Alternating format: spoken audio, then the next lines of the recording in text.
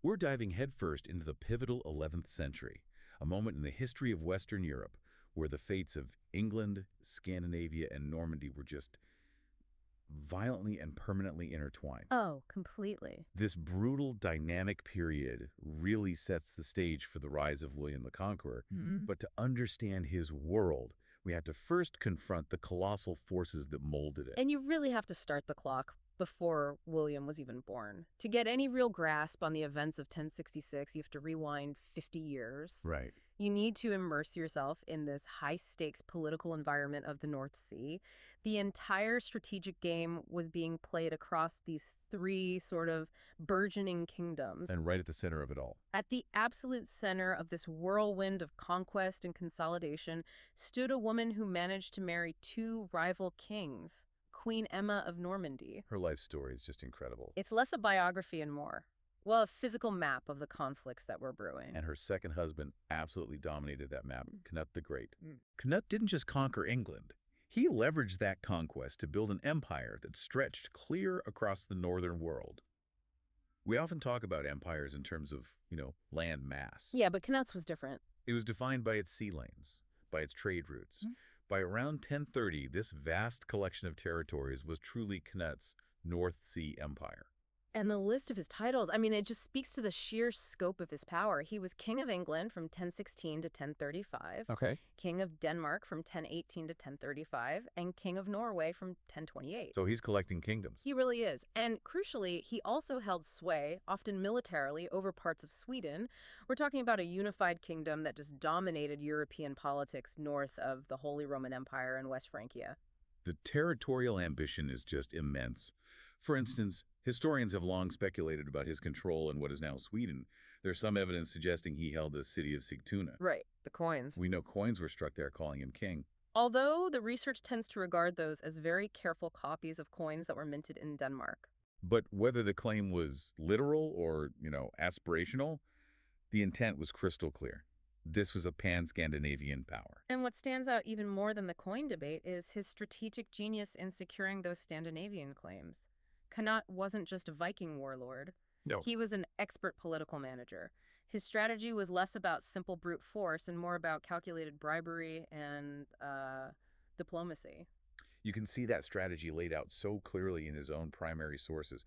We have that famous letter from 1027 where Cnut talks about his voyage to Denmark to secure peace. Right, but it wasn't just a generalized statement. No, it was highly targeted. Yeah. John of Worcester, the chronicler, he recorded something even more telling. Cnut heard that some high-ranking Norwegians were discontented with their current ruler. So he sees an opening. And he specifically sent them enormous sums of gold and silver. It was a very pragmatic approach to regime change. Why waste men on a full-scale invasion if you can just buy off the local opposition? That money, the gold and the silver, was used to gain influential support for his claim to the Norwegian throne. It was conquest backed by extremely effective diplomacy and cold, hard cash. It secured Norway for him relatively quickly in 1028. That pragmatism, that ability to shift from violence to political calculation, it defined his entire existence. And that brings us right back to Emma. Cnut had violently conquered England, but almost immediately after securing the kingdom in 1017, he makes this masterful political move of marrying Emma of Normandy. The widow of the king he had just deposed, Ethelred the Unready. It must have been shocking to contemporaries. Shocking, but also deeply brilliant. It was Cnut effectively swallowing the previous dynasty whole. This marriage offered him an immediate set of political advantages. We can isolate 5 that were absolutely critical for the long-term stability of his conquest. Okay, let's unpack those. First, there's the institutional knowledge. Cnut's a foreign conqueror. He's ruling a land he doesn't fully understand. By marrying Emma, he gains a queen who is already deeply acquainted with Anglo-Saxon politics, with the customs, with the key players. He needed that continuity and legitimacy, and Emma provided it on a silver platter. Second, and this is probably the most crucial in terms of neutralizing future opposition. The sons. Emma was the mother of 2 rival claimants, Alfred and Edward.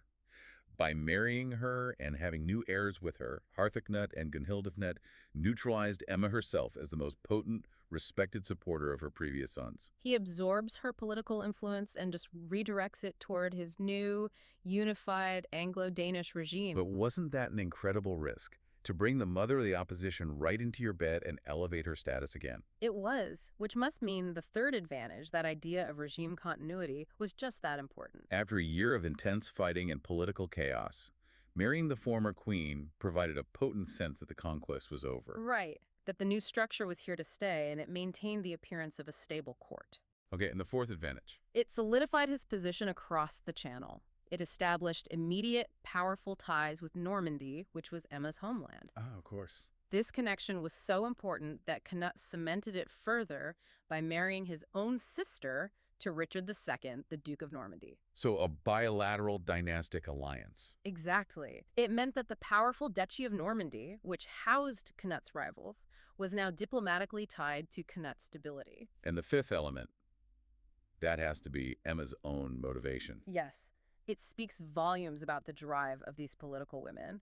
Her status as the former king's wife and mother to rival claimants made her incredibly vulnerable after a bloody conquest. She could have just gone back to Normandy, faded into obscurity. But instead, she chose to marry the conqueror and stay right at the center of English politics, retaining her power and her influence. It was a massive gamble on her part, Survival through calculated choice. placing her own ambition ahead of her loyalty to her first marriage. And this drive for stability and centralization, which characterized Emma's choices in Cnut's reign, is vividly reflected in the research into Cnut's laws. This is where it gets really interesting, because we can see his political aims encoded in the very language he used to govern. The law codes, known as I see Cnut, contain this pivotal phrase, Elis Englandis Sininki. Which translates to King of all England. And that phrase is revolutionary. It wasn't commonly used before him, and it represents a massive rhetorical elimination of regional distinctions. For centuries, England had been divided by the legacy of Viking settlement, especially the Danelaw. The region governed by Danish custom. And Cnut, a Danish conqueror himself, used this legal language to unify both Danish and English residents under one singular legal authority. I find the linguistic analysis of this just fascinating. The scholars point out that the two words Elis, all, and Inglelands of England are grammatically parallel in Old English. Right, the sound correspondence. This intentional sound correspondence in the legal text serves to emphatically insist on unity.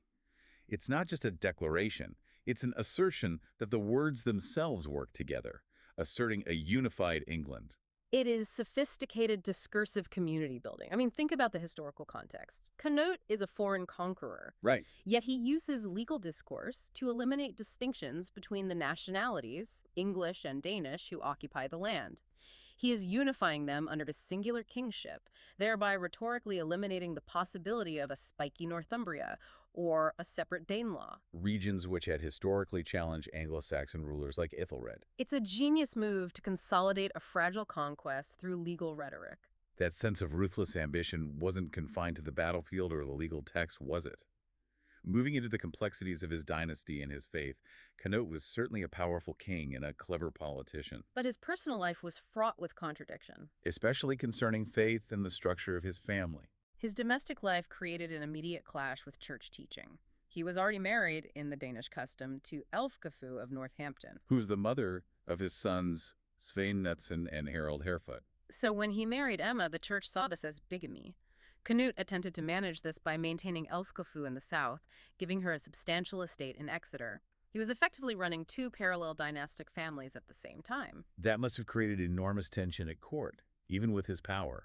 And even though Cnut was already a Christian, he had been named Lambert at his baptism. His status as a conqueror who had treated the previous Anglo-Saxon dynasty with extreme ruthlessness meant he needed serious public reconciliation with the church. His actions had offended deeply held Christian sensibilities. Precisely.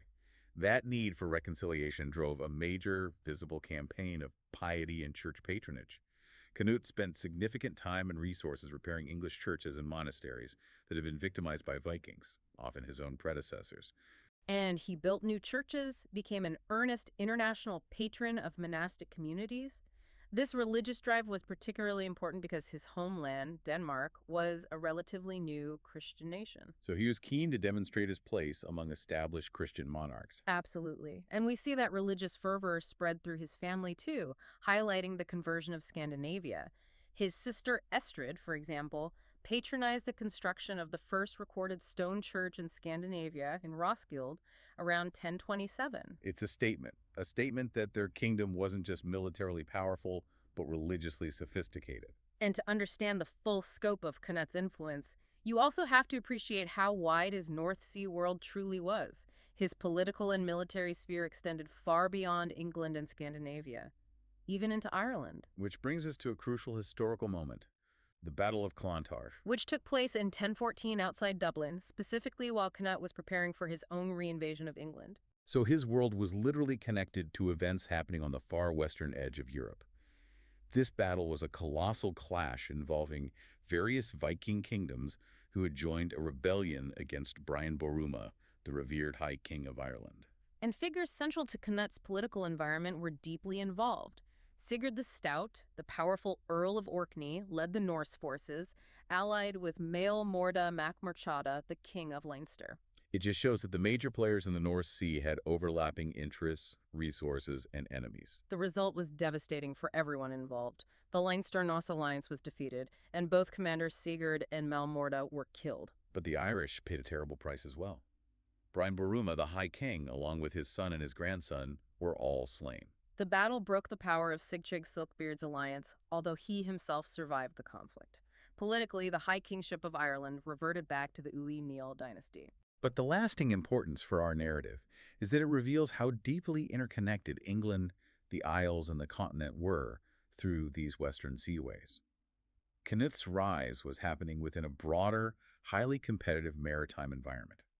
It's important to remember that despite his ruthless efficiency and ambition, the double marriage, the bribing of Norwegians, the conquest of 3 kingdoms, Cnut also consciously recognized the limits of secular power.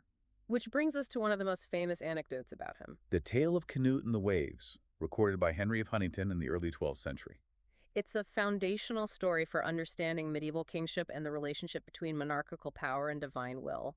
Henry of Huntingdon presents Cnut at the absolute peak of his success, receiving this sort of sycophantic praise from courtiers who suggested his power was absolute, godlike even. The story describes Cnut calling for his chair and ordering it to be placed right on the seashore as the tide was coming in.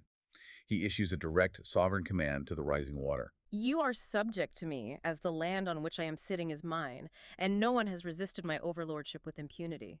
I command you, therefore, not to rise onto my land, nor to presume to wet the clothing or limbs of your master. And of course, the sea came up exactly as nature dictates, soaking the king's feet and shins. And Cnut then leaps back, making this massive public declaration. He cried out that all the world should know that the power of kings is empty and worthless. And that only the power of God is absolute. As his will dictates, the eternal law is obeyed by heaven, earth, and sea. So this is why the story endures. It perfectly contrasts the image of the ruthless, calculating conqueror we just discussed. It highlights his piety, his humility, and his profound understanding that earthly kingship is transient. It's a very sophisticated piece of self-presentation, and that idea that royal power must be carefully managed, justified, and often constructed through narrative leads us directly to the realm of literary construction and propaganda. After Cnut's death, Emma herself commissioned a remarkable piece of political writing, the Encomium Emmae Reginae. The encomium is a key primary source, but you have to remember its true purpose. It's not just an autobiography. No, it's a massive political weapon. It was written while Emma was in exile in Bruges, in the county of Flanders, working furiously to install her son by Cnut, Harthacnut, on the English throne. The author, known only as the encomiast, faced immediate narrative difficulties. Why start a text praising Queen Emma with her father-in-law, Cnut's father, Sven Forkbeard? The encomiast handles this by making a grand classical comparison. He defends this unusual structure by comparing it to Virgil's Aeneid. So he's arguing that by starting with Sven, he is celebrating the queen's entire family in glory. And aligning the Anglo-Danish dynasty with the foundational Roman story world. This classical framing provides enormous highbrow legitimacy to a regime that was, built on conquest. But the truly critical political aspect is what the encomium omits and what it lies about. Yes, in this propaganda piece, Emma's first marriage to Ethelred is essentially erased. It's as if it never happened. And crucially, this erasure extended to her first set of sons. Edward and Alfred, the Aethelings, the legitimate Anglo-Saxon heirs, are presented, controversially, as if they were Cnut's children. Sent to Normandy to be brought up in profound love for their new half-brother Harthacnut. It's a breathtaking piece of spin. It is. It's designed to neutralize the rival claimants. It attempts to assimilate Edward and Alfred into the Anglo-Danish system and make them look like loyal members of Cnut's family rather than dangerous threats waiting in exile. It tells us that literary culture was absolutely central to dynastic politics. Emma, who was polyglot, she spoke French, English, and Danish. She understood the power of Latin literature to bridge these Anglo-Saxon, Anglo-Danish, and Norman spheres, especially when her position was most vulnerable in exile. The story of Cnut and Emma is about the North Sea Empire and its brief, unified height. But that triumph was only temporary. The political landscape of England would soon fall back under the powerful influence of Emma's original homeland, Normandy. So to understand William the Conqueror, we have to turn our attention to the dukes who were his ancestors, his grandfather and father, and the deliberate construction of their power. The foundation of the Norman dynasty, which is Emma's own paternal line, starts with Rollo. And he wasn't indigenous to the region. He was a Viking leader who received land, but only on the condition of integrating into the Frankish political structure. He converted to Christianity and sealed this deal by marrying Gisela, the daughter of Charles. And this foundational act, the conversion and marriage, immediately set the template for Normandy.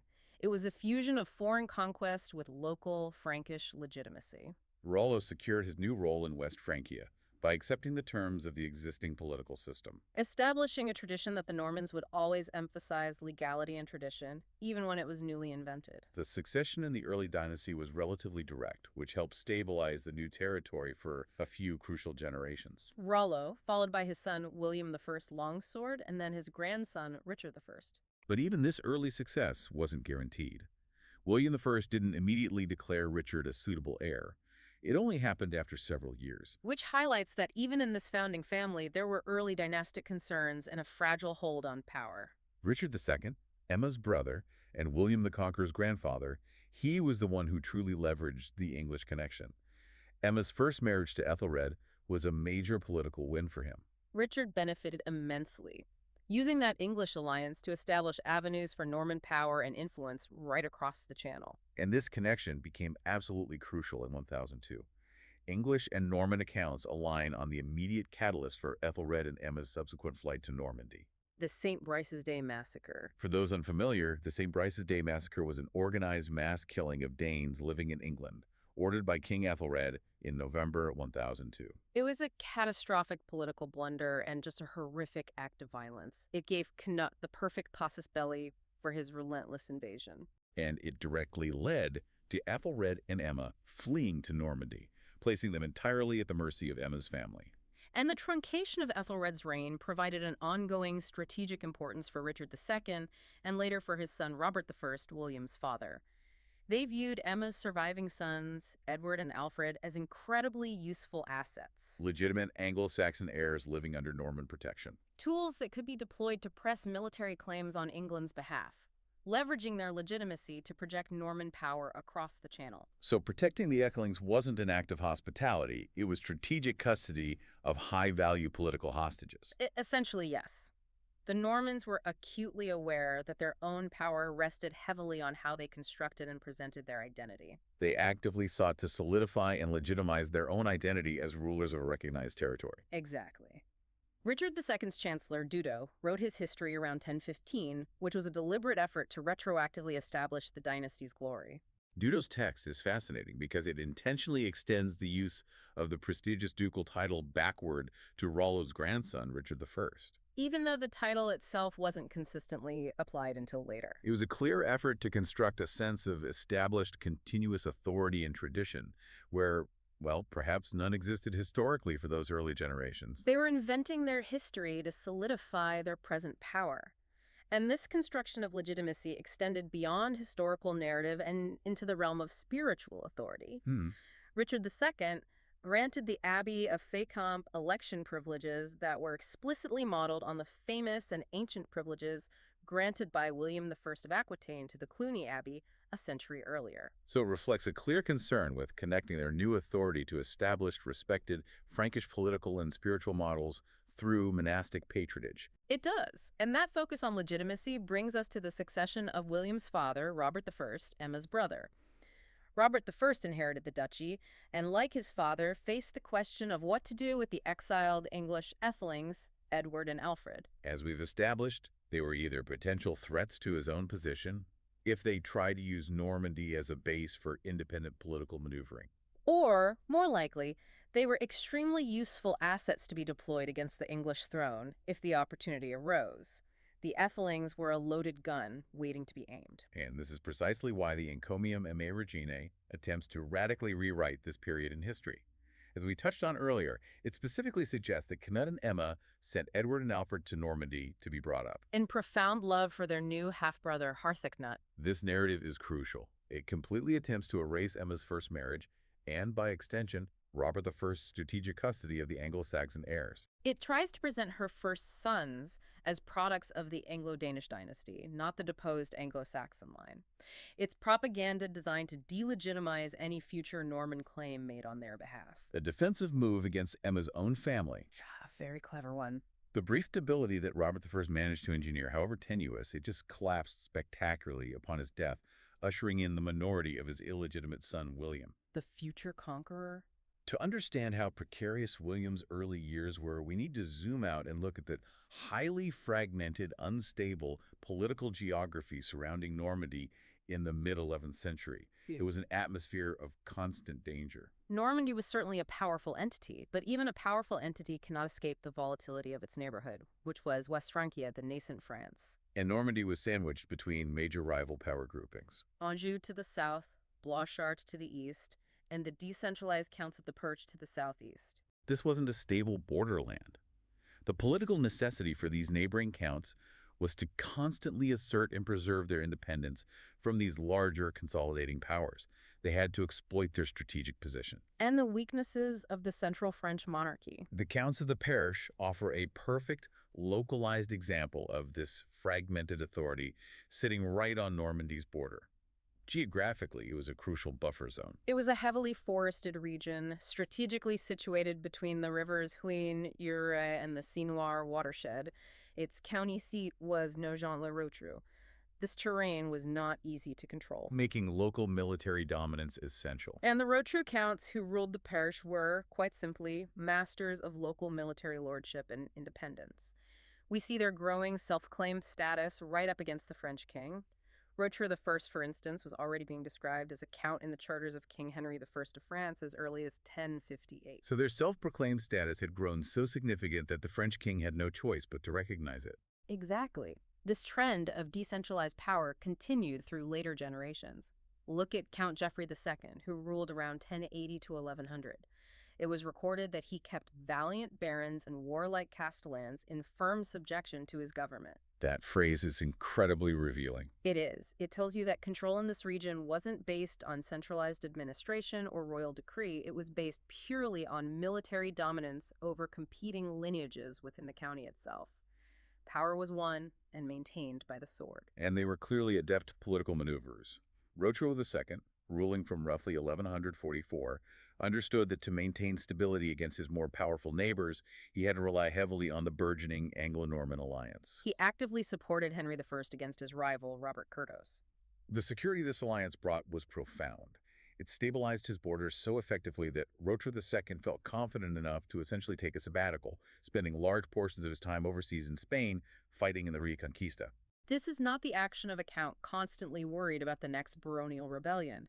This shows a deep-seated confidence in the structure of his territorial lordship. And the power they wielded often extended beyond their borders, frequently with a certain disregard for conventional religious or royal authority. History provides complex examples of this local exercise of power, such as Count Rotrou III seizing episcopal property from the Bishop of Chartres around 1190. These territorial lords were, in practice, often more powerful and certainly more immediately impactful than the distant King of France. Which brings us to the limited reach of the King of France during this period. The central French monarchy was constantly challenged by its own vassals, notably the powerful and expansive counts of Blois. The Capetian kings, in effect, controlled little territory outside the immediate Parisian basin. Even centuries later, the struggle for centralized authority continued. King Philip Augustus was still facing challenges from these border lords. eventually forcing Count Thomas of the Perche to acknowledge royal authority over fortifications within his jurisdiction.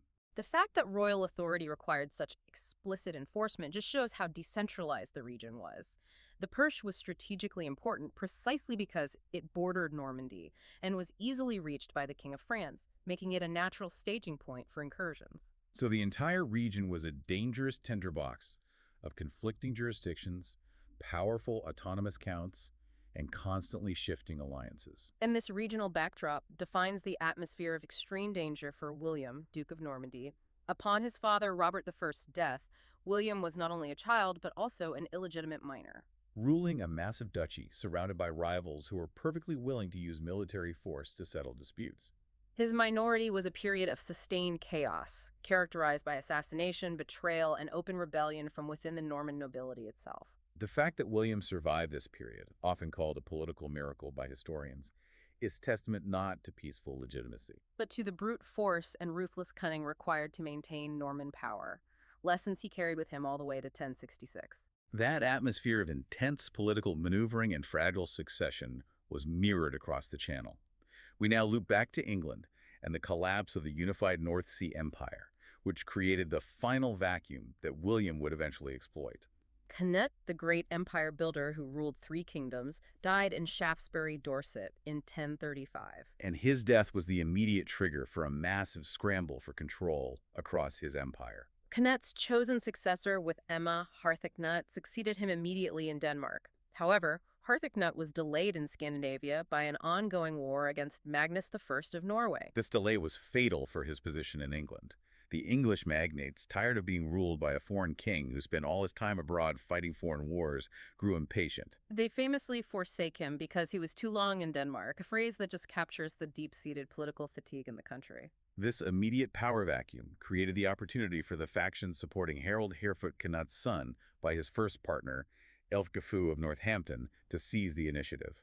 And the consequences for Emma, the master strategist, were dire. She was forced out of England in 1037, going into exile in Bruges. She had gambled on Cnut's line, and she had lost, at least temporarily. And the existence of the rival Ethelings, Emma's sons from her first marriage to Ethelred, was a primary source of political instability for the newly unstable Anglo-Danish regime. Alfred and Edward were still waiting in Normandy, tempting English magnates to restore the old Anglo-Saxon line. History shows the brutality of this struggle.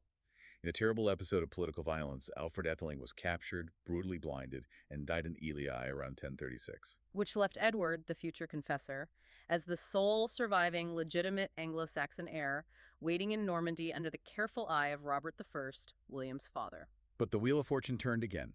Harthacnut finally returned to claim the English throne upon Harold Harefoot's death in 1040, reuniting the crowns of Denmark and England for a brief period. This also meant that Harthacnut brought his mother, Emma, back from exile and reinstated her to her rightful, powerful place at the heart of English politics. But Harthacnut's reign was short-lived, marked by harsh taxation and resentment. Upon his sudden death in 1042, Edward, Emma's surviving son by Ethelred, gained the crown. And this moment is absolutely critical because the facts tell us Edward did not simply arrive as the son of the deposed Anglo-Saxon king. He came to the throne primarily as Harthacnut's heir, an adopted, acceptable member of the Anglo-Danish dynasty. That nuance was essential for his legitimacy in an Anglo-Danish England. If he had come solely as the champion of the old, defunct Anglo-Saxon line, he would have faced immediate, violent opposition. Especially from the powerful Danish-descended nobility, particularly the great earls of the realm. Edward's reliance on Anglo-Danish connections was profound and publicly demonstrated. It was solidified by his marriage to Edith, the daughter of the most powerful man in England, Earl Godwine. And Godwine was himself Danish-descended, and his wife, Geitha, was closely related to the Danish royal family through her brother, Ulf, who had married Cnut's sister Estrith. So, by marrying Edith, Edward, the Anglo-Saxon heir, placed himself firmly within the Anglo-Danish power structure. He married into the family of the men who had served Cnut, reinforcing the idea that this was a continuation of the Anglo-Danish political stability, not a radical break with the past. This complex dynastic and cultural mixture was nurtured heavily by Emma herself, even as she grew older. Her personal involvement in literary patronage was vital. It acted as an intellectual bridge, synthesizing Anglo-Saxon, Anglo-Danish, and Norman influences into a coherent court culture. This legacy of blending cultures continued through the next generation, notably with her daughter-in-law, Queen Edith, Edward the Confessor's wife. Edith was said to be fluent in English, Danish, French, Irish, and Latin, a literal embodiment of the linguistic and political complexity of 11th century England. Having been educated in the royal nunnery of Wilton, she carried that cultural legacy and continued to foster historical writing, well beyond the conquest itself. The sheer depth of these interwoven dynastic connections, Scandinavian, Norman, Anglo-Saxon, defines the explosive political environment that William inherited. His eventual claim to the throne was not just based on the promise of the childless Edward, but on decades of complex cross-channel politics, diplomatic alliances, brutal assassinations, and carefully crafted literary propaganda. What we see are contrasting strategies for seizing and maintaining power. The claims of legitimate lineage, like Edward's, set against the rhetoric of pure conquest, like Cnut's legal elimination of regional distinctions. And the outright manipulative use of literature, like Emma's propaganda, to secure a dynasty. All these layers of historical justification and political spin were inherited by William, Duke of Normandy, the illegitimate son of Emma's brother. And that heritage meant that William, the Duke who survived the turbulent, fragmented borderlands of the Perch, learned early that power was not simply seized on a battlefield. It had to be articulated, justified, and woven into stories and connections that span the entire northern world. Thanks for listening. We hope you enjoyed learning something new. That's all for now, but in case you didn't notice, there are a lot more episodes on this subject available right now. If you're enjoying these historical podcasts, please like and subscribe and share with other history buffs.